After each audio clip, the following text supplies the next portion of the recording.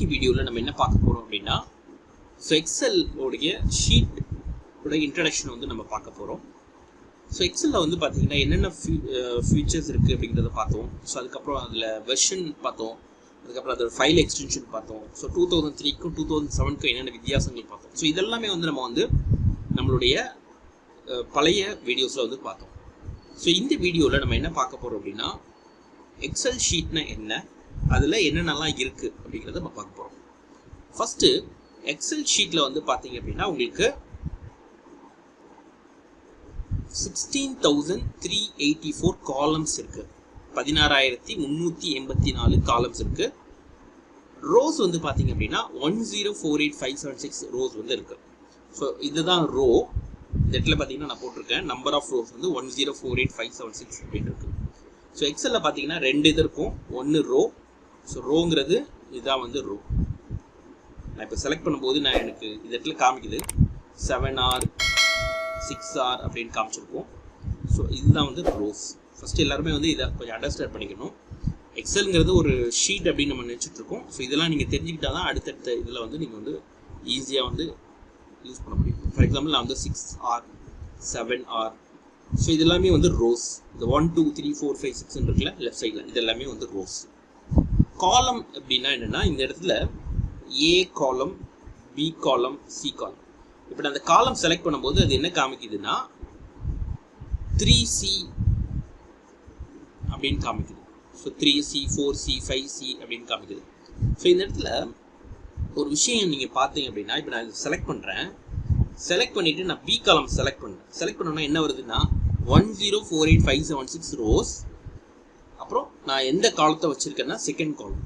So இப்போ for example நான் வந்து இதை மட்டும் நான் செலக்ட் பண்ணுறேன் அப்படின்னா, ஒரு ரோ மட்டும் நான் செலக்ட் பண்ணுறேன் அப்படின்னா, ஸோ இந்த இடத்துல மேலே 4R into 1C நான் எத்தனை காலமை செலக்ட் பண்ணியிருக்கேன் அப்படிங்கிறத இந்த இடத்துல பார்த்துக்கலாம். இந்த பாக்ஸில் பார்த்தீங்கன்னா இப்போ நான் B8ன்னு காமிக்குது. இப்போ நான் இந்த இடத்த செலக்ட் பண்ணும்போது எனக்கு எத்தனை ரோ இருக்குன்னு காமிக்குது. இப்போ நான் வந்து 5 ரோ செலக்ட் பண்ணியிருக்கேன், ஒரு காலம் செலக்ட் பண்ணி. இப்போ நான் அடுத்த காலம் செலக்ட் பண்ணும்போது அது என்ன காமிக்குன்னா 2Cன்னு காமிக்கும்.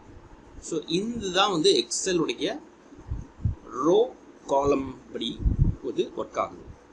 அதே போல் இப்போ நான் எந்த காலத்தில் எந்த இடத்துல இருக்கேன் அப்படிங்கிறதையும் அது காமிக்குது.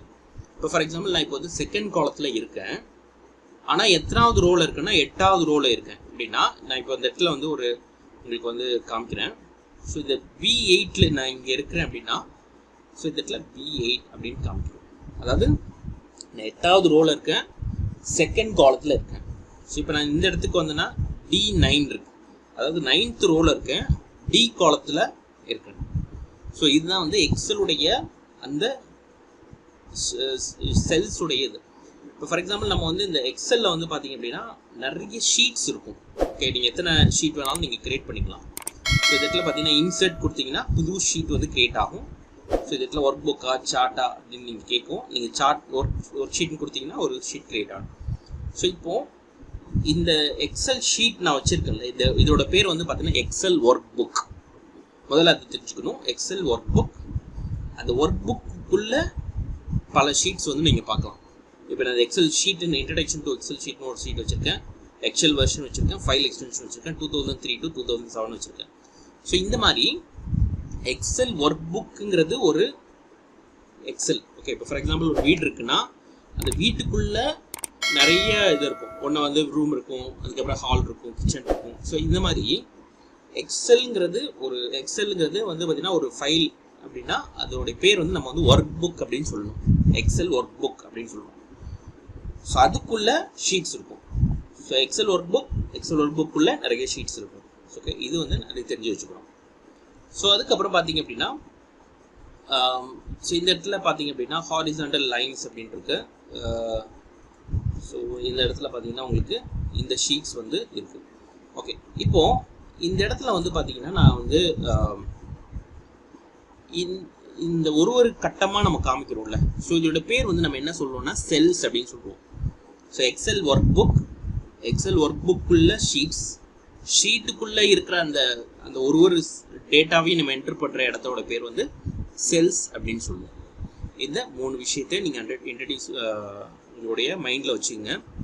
ஸோ அதுக்கப்புறம் நீங்கள் வந்து ஸ்க்ரோல் பண்ணிக்கலாம், ரைட் லெஃப்ட் இதெல்லாம் வந்து ஆரம்பிக்கலாம். ஸோ இது ஆல்ரெடி உங்களுக்கு வந்து தெரிஞ்சிருக்கும்.